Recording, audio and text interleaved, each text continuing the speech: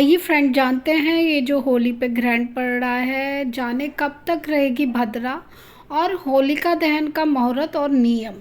तो हम बात करते हैं इस साल होली धार्मिक और खगोलीय दोनों ही दृष्टि से बेहद खास है। चंद्र ग्रहण भद्रा और सूतक काल को ध्यान में रखते हुए सही समय पर होलिका दहन करना बेहद ज़रूरी है ताकि पूजा का पूरा फल मिल सके। भद्रा के दौरान होलिका दहन नहीं किया जाता है, इसके लिए बाद ही दहन का मुहूर्त देखा जाता है। तो बात करें भद्रा, तो साल 2026 की जो होली इस बार बेहद खास होने वाली है क्योंकि इस दिन चंद्र ग्रहण का साया भी रहेगा। इस दिन होलिका दहन व पूजा पाठ का विशेष महत्व होता है। तो आइए जानते हैं चंद्र ग्रहण का समय और भद्रा कब तक रहेगी और होलिका दहन का शुभ मुहूर्त क्या रहेगा। तो फाल्गुन पूर्णिमा तिथि की शुरुआत 2 मार्च को शाम 5:55 पर होगी। इस तिथि का समापन 3 मार्च को शाम 5:07 पर होने वाला है। बता दिया जाए कि तिथि के अनुसार 3 मार्च 2026 को होलिका दहन किया जाएगा, इसलिए 4 मार्च 2026 को रंगों की होली खेली जाएगी। क्या चंद्र ग्रहण का समय रहेगा? तो साल 2026 होलिका दहन के दिन चंद्र ग्रहण का साया बना रहेगा। ग्रहण का समय 3 मार्च को दोपहर 3:20 पर शुरू होगा, शाम 6:47 पर समाप्त होगा। यह पूर्ण चंद्र ग्रहण होगा जिसे पूरे एशिया और ऑस्ट्रेलिया में देखा जा सकता है। सूतक का जो समय रहेगा सुबह 6:20 से प्रारंभ हो जाएगा। बात करें भद्रा का जो समय रहेगा तो 3 मार्च 2026 को भद्रा का समय सुबह 1:25 से सुबह 4:30 तक रहेगा।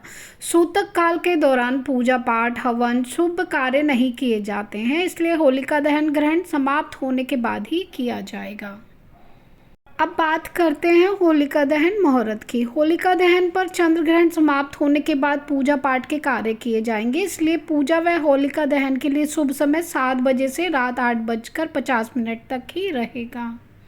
ज्योतिषीय दृष्टिकोण के अनुसार 3 मार्च 2026 को लगने वाला जो ये चंद्र ग्रहण है, इस दौरान चंद्र लाल रंग का दिखाई देगा जिसे खगोल विज्ञान में ब्लड मून कहा जाता है। ये दृश्य बहुत दुर्लभ रहेगा।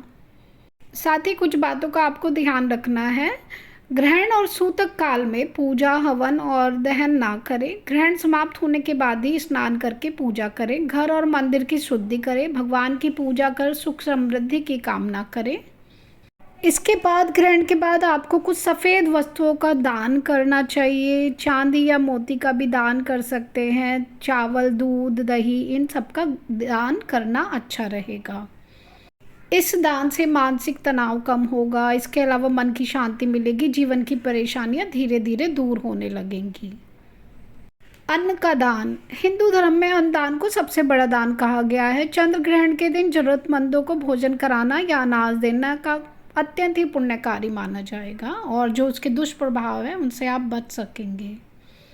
इसके साथ ही दीपदान। चंद्र ग्रहण के दिन दीपक जलाकर दान करना भी बेहद शुभ माना जाता है। आप मिट्टी के दीपक में तेल या घी डालकर पीपल के नीचे या किसी पवित्र नदी के पास दिया जला सकते हैं। इससे चंद्र दोष से मुक्ति, मन की शांति, जीवन में सकारात्मक ऊर्जा का संचार होगा। 2026 में चंद्र ग्रहण के दिन श्राद्ध श्रद्धा और नियमों के साथ किया गया दान नकारात्मक प्रभावों को दूर करता है, जीवन में सुख शांति और समृद्धि लाता है। आप भी ग्रह दोष से मुक्ति और मन की शांति चाहते हैं तो इन उपाय को अवश्य ही करें। और भद्रा के समय, चंद्र ग्रहण के समय, सूतक के समय आपको ये सब चीज़ें वर्जित हैं। ये जब चंद्र ग्रहण समाप्त हो जाए तभी आपको ये उपाय सब करने हैं।